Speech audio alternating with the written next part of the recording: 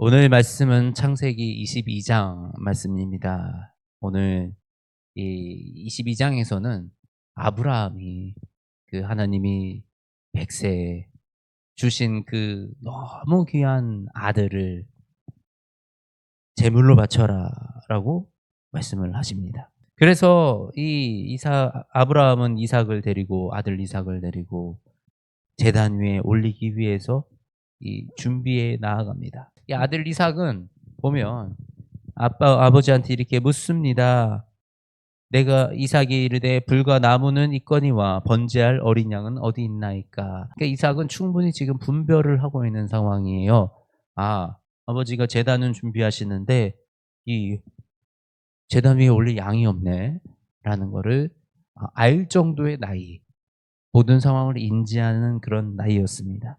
이 아브라함이 이삭을 제단 위에 올리고 결박해서 올리고 그 칼을 잡아서 그 아들을 잡으려 했습니다. 하나님의 말씀에 순종해서. 그때 하나님이 급히 아브라함을 멈추게 하시고 아브라함아 아브라함아 그 아이에게는 손을 대지 말라. 그에게 아무 일도 하지 말라. 내가 내 아들 내 독자까지도 내게 아끼지 아니하였음이니 내가 이제야 내가 하나님을 경외하는 줄 아노라. 이렇게 말씀을 하시죠. 그리고 하나님이 준비해 놓으신 숫양을 번제로 드리도록 그렇게 하셨습니다. 오늘 이 사건 사실은 하나님이 왜 이런 아들을 이 제단 위에 올리라라는 그 명령을 하셨을까 우리가 생각해 볼 수 있습니다. 너무하신 거 아니야? 하나님 어떻게 그렇게 하실 수 있지?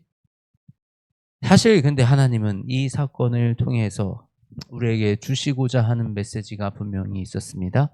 그것은 바로 아들을 제단 위에 올리는 아버지의 마음입니다. 아브라함 얼마나 이 아들, 정말 귀한 아들을 제단 위에 올리면서 가슴이 아프고 마음이 안 좋았겠습니까? 하나님이 뜻이니 순종하는 아브라함, 그 애비의 심정, 그 아비의 심정이 바로 예수 그리스도를 십자가에 못 박은 그 하나님의 마음, 하나님의 심정이라는 것을 하나님은 우리에게 알려주기 원하셨습니다. 그렇게 하나님은 아브라함과 이삭을 통해서 하나님과 예수 그리스도의 그 예수 그리스도의 십자가의 이 죽으심이 얼마나 아버지로서 가슴 아픈 일인가라는 것을 드러내셨습니다. 그런데 이 아들은 무슨 죄가 있습니까? 그죠? 예수 그리스도가 무슨 죄가 있었습니까? 근데 이삭은 무슨 죄가 있었습니까? 저는 사실 이 사건을 보면서 어렸을 때 이런 생각을 많이 했습니다. 아, 이삭은 너무 억울해서 정말 삐뚤어져야 맞는 게 아닌가. 방황을 하고 하나님을 떠나가는 것이 맞지 않는가. 그런데 이삭의 인생을 보면 이삭은 하나님 앞에서 참 신실했던 모습을 봅니다. 저는 그 부분이 사실 잘 이해가 가지 않았어요. 근데 이게 나이가 더 들고 여러 가지 경험을 하고 또 시간이 지나다 보니 아, 이제야 깨닫게 되는 것이 있습니다. 우리가 생각했을 때 하나님의 뜻이, 하나님의 계획이 있는데 이 계획을 하면 뭔가 맞지 않는 것 같아. 이게 아닌 것 같아. 라고 내가 판단하고 내가 판단한 대로 살아가고 내가 판단한 대로 나아가면 도리어 하나님과 멀어지는 결과가 계속 나옵니다. 그런데 정말 이게 말도 안 되고 하나님이 나에게 이렇게 하신 이유를 전혀 모르겠지만 순종합니다라고 나아갈 때 하나님은 그 모든 상황 속에서 모든 것들을 협력해서 선을 이루고 잘 풀어가시는 이런 모습들을 경험합니다. 만일에 아브라함이 하나님의 명령을 지키지 않았더라면 하나님 어떻게 그럴 수 있어요? 내가 아들 이삭을 어떻게 제단 위에 올릴 수가 있겠습니까? 나 이건 못해. 이랬더라면 오히려 이삭은 하나님을 그만큼 신뢰하지 못했을 거예요. 우리 아버지도 그렇게 나를 지켜냈거든. 하나님과의 관계에 틈이 생긴 겁니다. 그런데 온전하게 신실하게 하나님의 명령에 순종하는 그 아버지의 모습을 본 이삭은 이해 안 가는 그 상황 속에서도 마음이 상하는 것이 아니라 그 하나님을 붙드는 신실한 믿음의 자녀로 성장해 나갔다라는 거죠. 우리의 자녀의 마음을 만지시고 우리 자녀의 성장을 이끌어 가시는 분은 하나님이십니다. 나의 결정과 나의 지식과 나의 경험과 나의 똑똑함과 내가 이끌어가는 것이 아니라 하나님께 온전하게 맡길 때 하나님이 그 아이의 인생과 그 아이의 삶과 그 아이의 믿음을 주관하신다라는 그 사실을 우리가 신뢰하기 원합니다.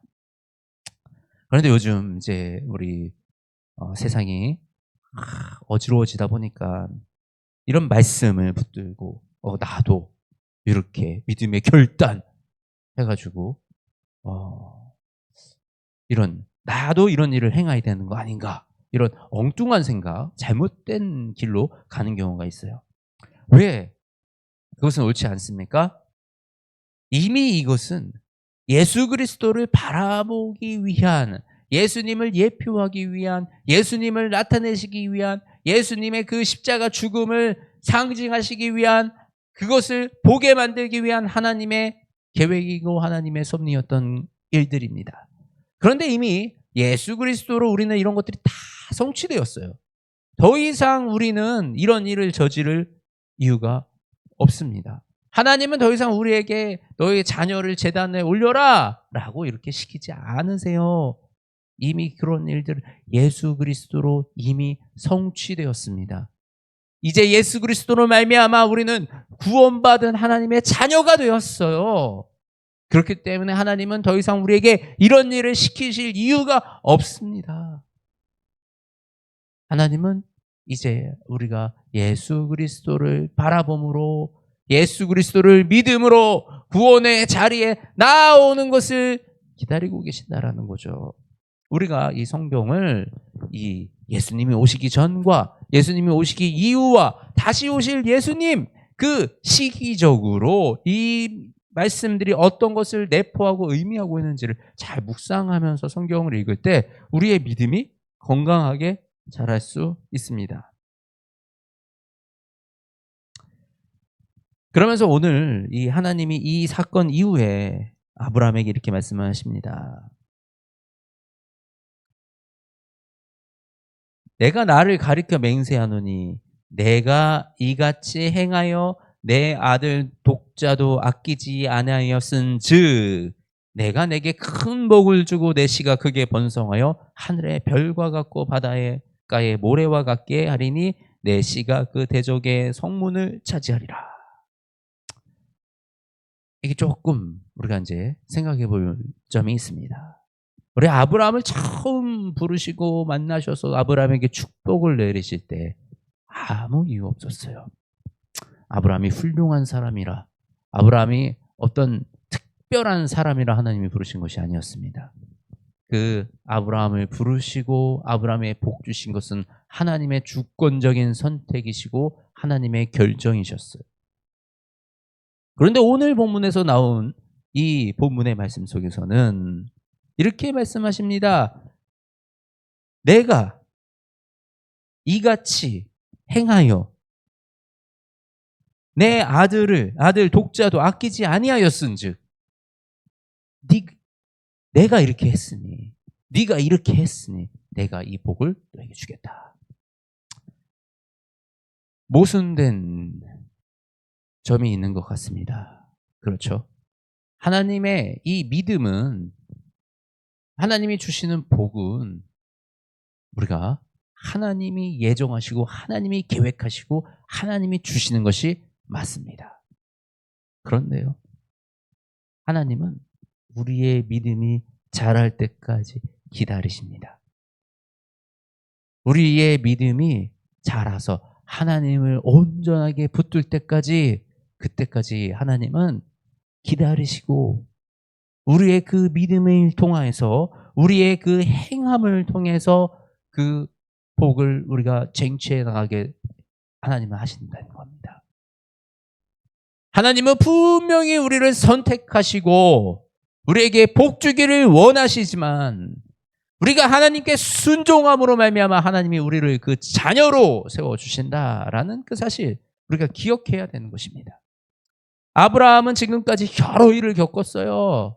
우리 롯이 끌려가서 롯을 막 물리치고 온 그런 경험도 있었고, 애굽 땅에서 하나님이 그 자기 아내 사라를 누이라고 속였다가 이렇게 한번 해프닝도 있었고, 또 우리 소돔과 고모라의 사건을 통해서 하나님의 진면하심도 경험하고, 여러 가지 이 아브라함은 이런 일들을 겪어가면서 그 믿음의 자람의 시간이 있었습니다. 실수도 하고 또 승리도 거두고 그러다가 또 겁에 질리기도 하고 그러다가 다시 또 세워지기도 하는 이 시간을 통해서 살아계신 하나님의 그 인생의 경험하고 그 경험의 끝에 이제 나는 더 이상 아이를 낳을 수 없습니다 라고 고백하는 그 고백 위에 아이가 생기고, 그렇게 낳은 이삭을 하나님께 제단에 올려라 라고 해서 그 말씀에 순종할 때 비로소 하나님이 그 복을 준행하시며 우리에게 이루어 가시는 그 일을 우리가 바라보게 되는 것입니다. 하나님의 복은 나 때에 끝나는 게 아니에요. 내가 누리는 복만 있는 게 아니에요. 하나님의 복은 나를 통하여 흘러가서 나의 자녀로 통해서 또 그 자녀의 자녀를 통해서 또 그 자녀와 함께 우리와 함께 살아가는 사람들을 통해서 이 흘러가는 이 복이 하나님의 놀라운 복인 것입니다. 하나님의 복은 나만 잘 되는 게 아니라 하나님의 복은 우리를 살리는 복입니다. 그렇기 때문에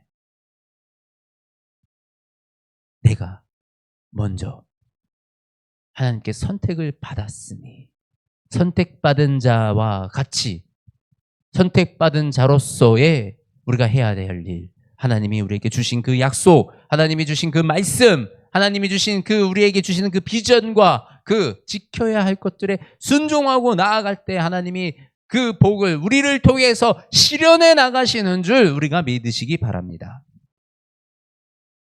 그렇게 우리가 하나님 앞에 나아가는 저와 여러분, 그리고 그 하나님의 복을 사모하며 하나님의 말씀에 순종하며 나아가는 저와 여러분들 되기를 원합니다.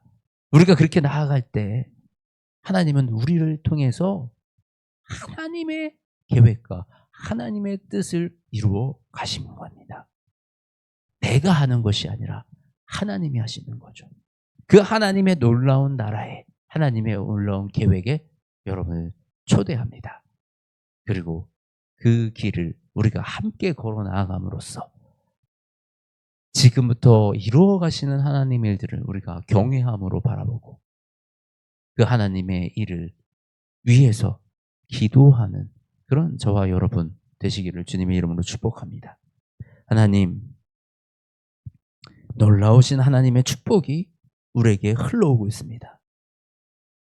이미 선택하셨고 이미 불러주셨기에 아버지 우리가 이곳에 있습니다. 성령님이 아니고서는 예수 그리스도를 예수님이라고 부를 자가 없다라고 하셨습니다. 성령님이 이미 우리와 함께 하시니 아버지 우리가 이 아침 이 말씀을 붙들고 주님께 나와 기도함으로 나아갑니다. 주님께서 선택받은 우리의 인생이 주님의 말씀에 순종하며 살아가게 하여 주시옵소서. 하나님의 이끄심에 순종하며 살아가게 하여 주시옵소서. 그리하여 아버지 우리가 걷는 이 발걸음마다 하나님의 동행하심의 놀라운 역사가 일어나게 하시며 우리의 자녀들을 통해서 또 우리와 만나는 모든 사람들에게 하늘의 복을 주시어서 기름지고 복된 하늘나라의 영광이 드러나게 하여 주시옵소서. 주님 사랑합니다. 주님 말씀 순종하기 원합니다.